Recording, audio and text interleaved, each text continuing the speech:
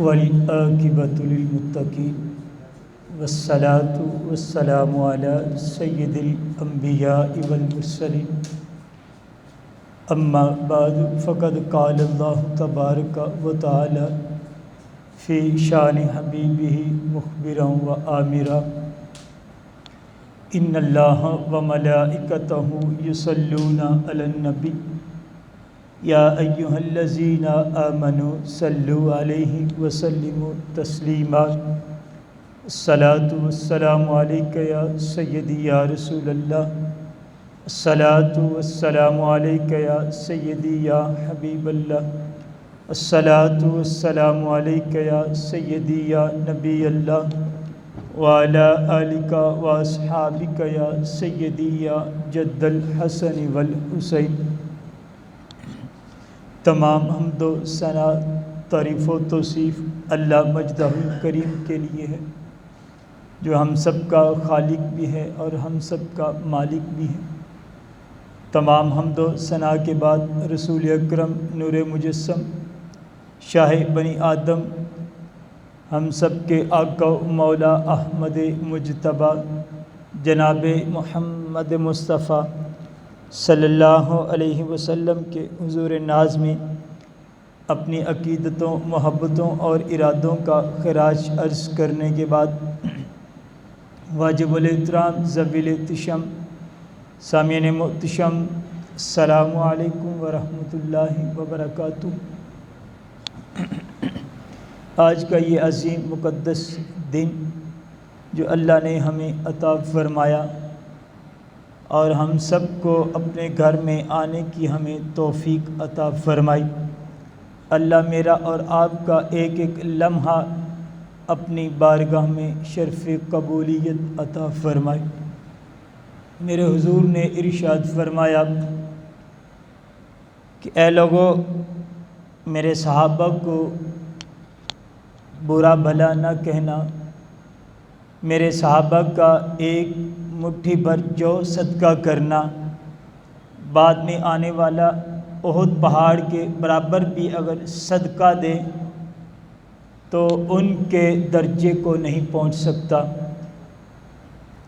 اب ایک مٹھی بھر جو ہے اور کہاں احد پہاڑ ہے۔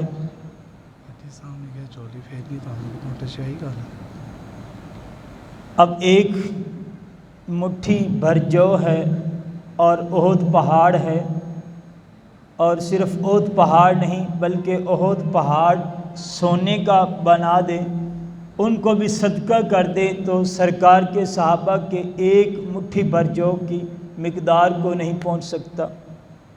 ذہن میں سوال اٹھتا ہے کہ جو تھوڑے سے ہیں، ایک مٹھی ہے، کہاں احد پہاڑ جو کم و بیش 15 کلومیٹر کی لمبائی پر ہے اور جو کی قیمت بھی کم ہے، سونے کی قیمت بھی زیادہ ہے، مقدار بھی زیادہ ہے، اور میرے حضور نے فرمایا کہ اگر تم احد پہاڑ سونے کا صدقہ بھی کر دو تو میرے صحابہ کے ایک مٹھی بھر جو کی مقدار کو نہیں پہنچ سکتے۔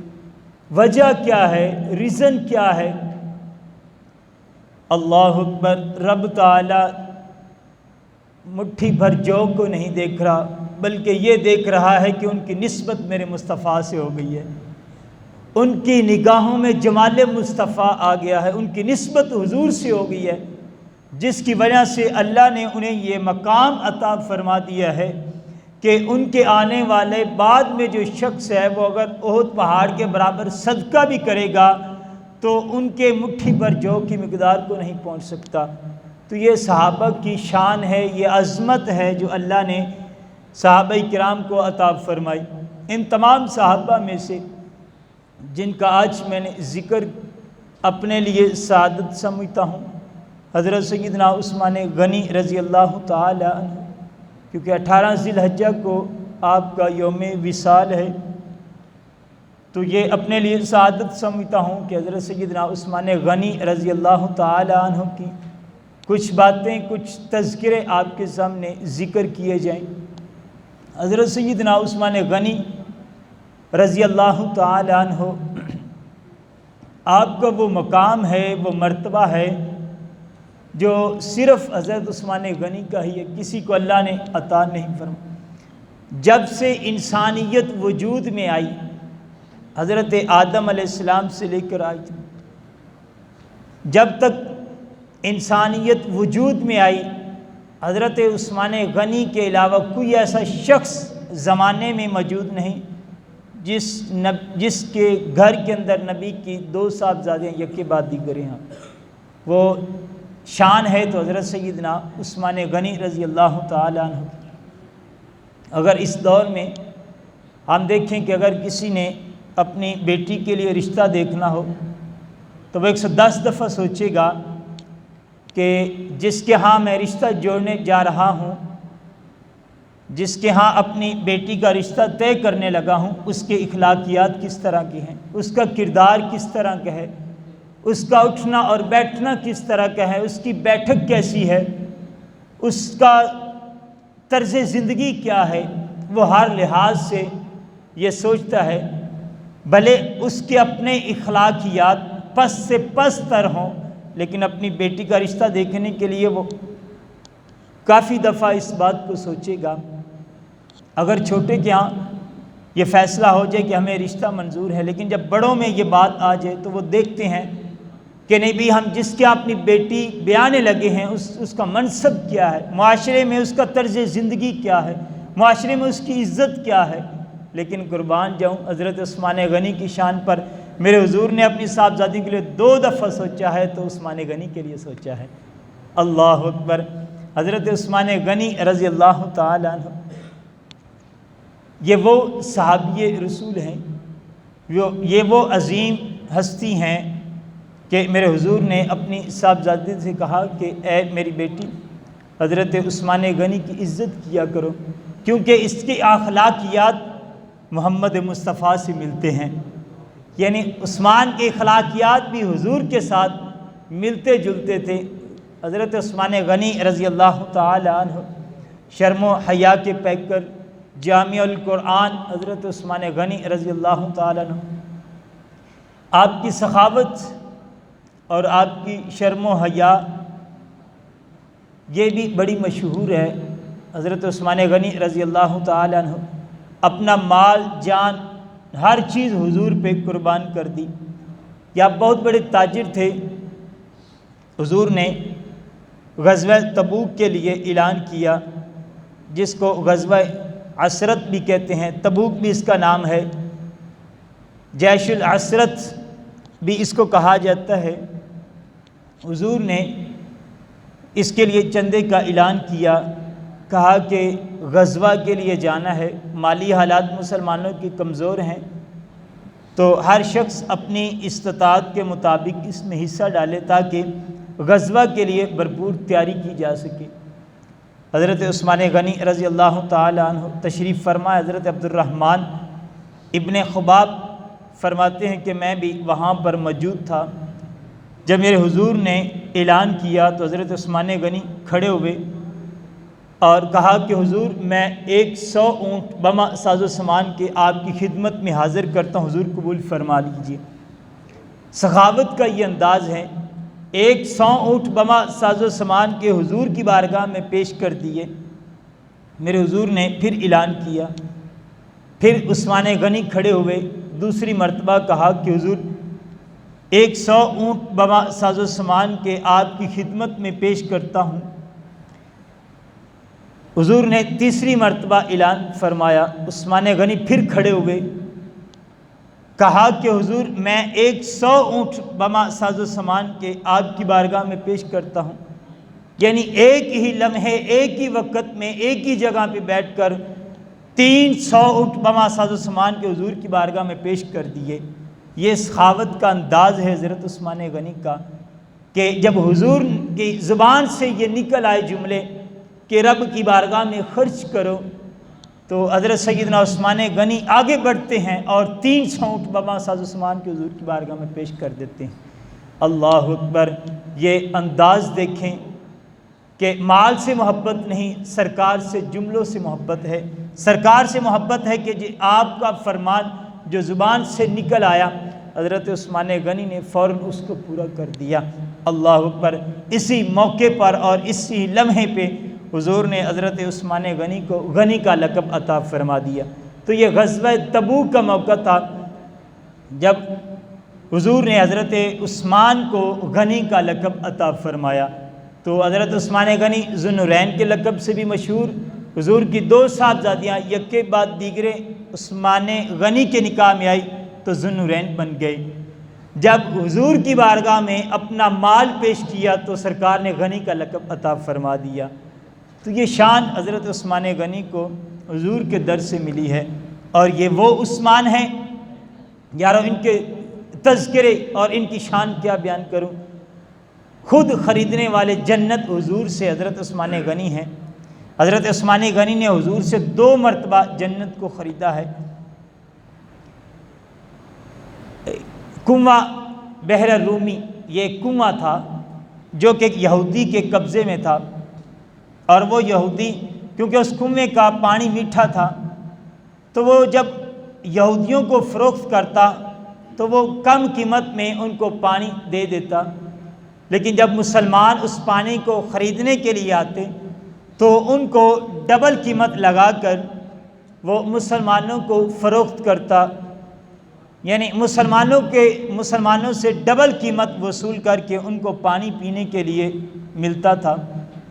میرے حضور نے ارشاد فرمایا، ہے کوئی شخص جو اس کنویں کو خرید کر مسلمانوں کے لیے وقف کر دے اور مجھ سے جنت کو خرید لے؟ حضرت عثمان غنی فوراً گئے اور اس کنویں کو خرید کر مسلمانوں کے لیے وقف کر دیا، حضور سے جنت کو خرید لیا۔ اللہ اکبر۔ یہ عثمان غنی نے حضور سے خود جنت کو خریدا ہے۔ پھر جب مسجد نبوی شریف کی بنانے کی باری آئی، جگہ کم تھی، حضور نے اعلان کیا، کہا کہ مسجد کے لیے کوئی جگہ کو خرید کر وقف کر دے اور مجھ سے جنت حاصل کر لے۔ اللہ اکبر۔ اس وقت بھی آگے بڑھنے والے صحابی کا نام عثمان غنی ہے۔ آگے بڑھتے ہیں اور فوراً ہی اس زمین کو خرید لیتے ہیں اور اس زمین کو خرید کر وقف کر دیتے ہیں اور حضور سے جنت کو خرید لیتے ہیں۔ واہ عثمان، کیا شان تم نے پائی کہ تم نے جنت کو بھی مصطفیٰ کے ہاتھوں سے خرید لیا ہے، اور مصطفیٰ جیسے کہتے گئے عثمان کرتے گئے اور جنت کو خریدتے چلے گئے۔ اللہ اکبر۔ حضور انصاری کے باغ میں تشریف فرما ہے، باغ کے اندر بیٹھے ہوئے ہیں، اور حضرت ابو موسیٰ اشعری رضی اللہ تعالی عنہ آپ بیان فرماتے ہیں کہ حضور انصاری کے باغ کے اندر تشریف فرما ہے، اور حضور نے مجھے دروازے میں کھڑا کر دیا اور کہا کہ حکم دیا کہ بغیر اجازت کے کسی کو اس باغ کے اندر داخل نہیں ہونے دینا۔ حضرت ابو موسیٰ اشعری رضی اللہ تعالیٰ عنہ آپ فرماتے ہیں کہ میں دروازے پر کھڑا تھا کہ دروازے پر دستک دی جاتی ہے اور پوچھا جاتا ہے کون ہے، تو کہا جاتا ہے کہ ابو بکر ہے۔ حضور نے ارشاد فرمایا کہ ان کو اس بات کی خوشخبری دے دو، وبشرہ بالجنہ، کہ اللہ نے ان کو جنت عطا فرما دی، ان کو جنت کی بشارت دے دو۔ تو حضرت ابو موسیٰ اشعری رضی اللہ تعالیٰ عنہ فرماتے ہیں کہ جب میں نے ان کو جنت کی خوشخبری سنائی اور اندر آنے کی اجازت دی، وہ حضور کے پاس بیٹھ گئے اور میں نے ان کو جنت کی خوشخبری سنا دی۔ تھوڑی دیر کے بعد دوسرا شخص آتا ہے جس کا نام عمر ہے، دروازے پہ دستک دی جاتی ہے اور انہیں جنت کی خوشخبری سنا کر اندر آنے کی اجازت دی جاتی ہے۔ پھر تیسری مرتبہ دروازے پہ دستک ہوتی ہے اور حضور نے ساتھ میں جملے کچھ اضافی ارشاد فرمایا وبشرہ بالجنۃ الا بلوی تصیبہ، اے ابو موسیٰ اشعری ان کو جنت کی خوشخبری بھی سنا دو اور ساتھ میں مصائب سے بھی مطلع کر دو جو انہیں پہنچیں گے۔ پہلے آنے والے کو بھی جنت کی خوشخبری سنائی، دوسرے آنے والے کو بھی جنت کی خوشخبری سنائی، لیکن جب تیسری دفعہ عثمان غنی آئے تو ان کو جنت کی خوشخبری بھی سنائی اور ساتھ میں مصائب کا بھی بتا دیا کہ تمہارے اوپر مصائب ٹوٹیں گے، ظلم و ستم تمہارے اوپر برسیں گے۔ اللہ اکبر۔ یہاں پر یہ بات واضح ہو چکی کہ حضور نے حضرت عثمان غنی رضی اللہ تعالی عنہ کو جنت کی بھی خوشخبری سنائی اور ساتھ میں شہادت کی بھی خوشخبری سنائی اور کہا کہ عثمان تمہیں شہید کر دیا جائے گا۔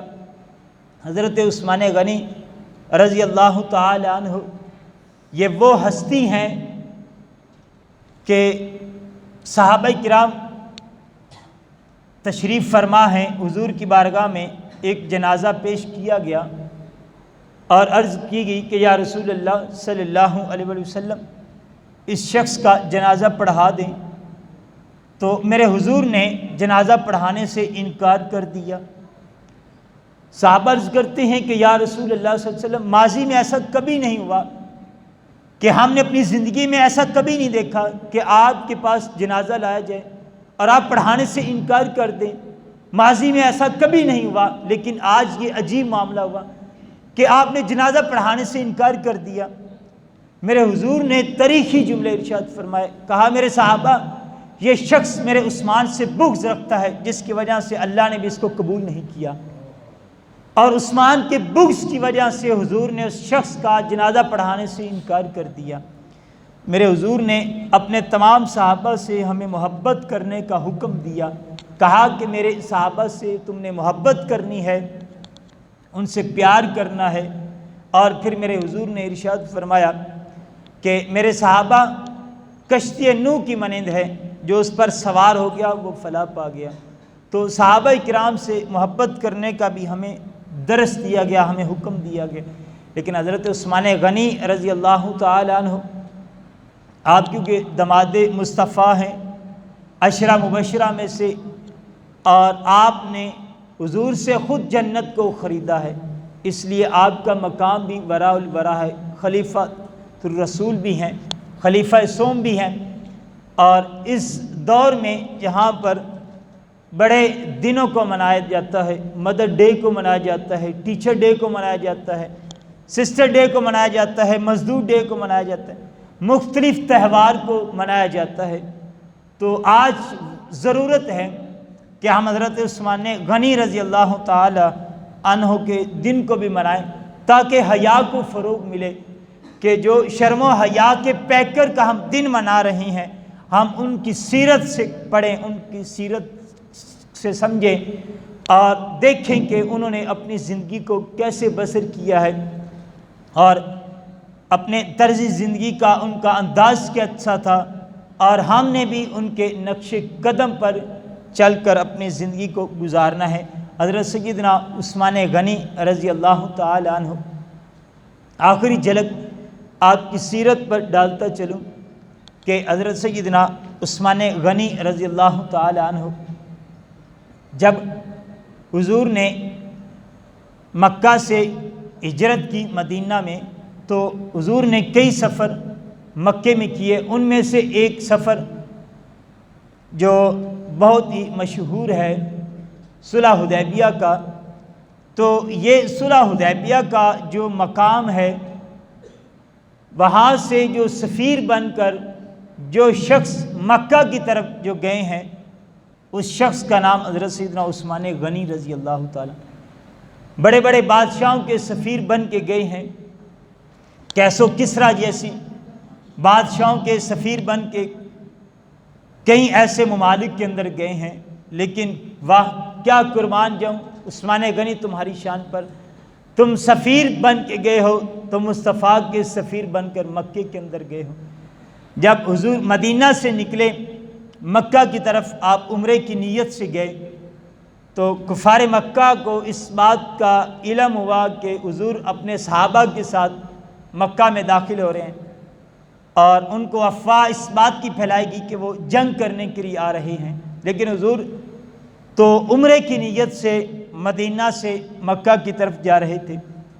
جب اس مقام پر پہنچے صلح حدیبیہ کے سرزمین پر، تو یہاں پر حضور اور آپ کے صحابہ تشریف فرما ہوئے، اور حضور نے پھر اپنا سفیر بنا کر حضرت سیدنا عثمان غنی کو بھیجا، کیونکہ حضرت سیدنا عثمان غنی کے کفار اور مکہ والوں سے اچھے تعلقات تھے، تجارت کی وجہ سے، تجارت کی غرض سے ان کے ساتھ اچھے تعلقات تھے۔ حضور نے حضرت سیدنا عثمان غنی کو بھیجا اور کہا کہ مکہ والوں کو جا کر اس بات کی اطلاع دو کہ ہم جنگ کرنے کے ارادے سے نہیں بلکہ ہم عمرہ کرنے کے ارادے سے آئے ہیں، اور ہمیں عمرہ کرنے کی اجازت دی جائے۔